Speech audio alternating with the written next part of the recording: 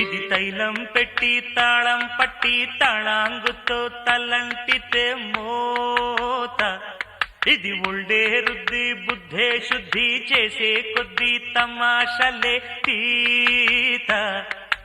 ఓ నమః శివాయ ఒంట్లో వేడే మాయం, తమ కాస్తో కూస్తో అయ్యిందంటే హాయేనండి గాయం.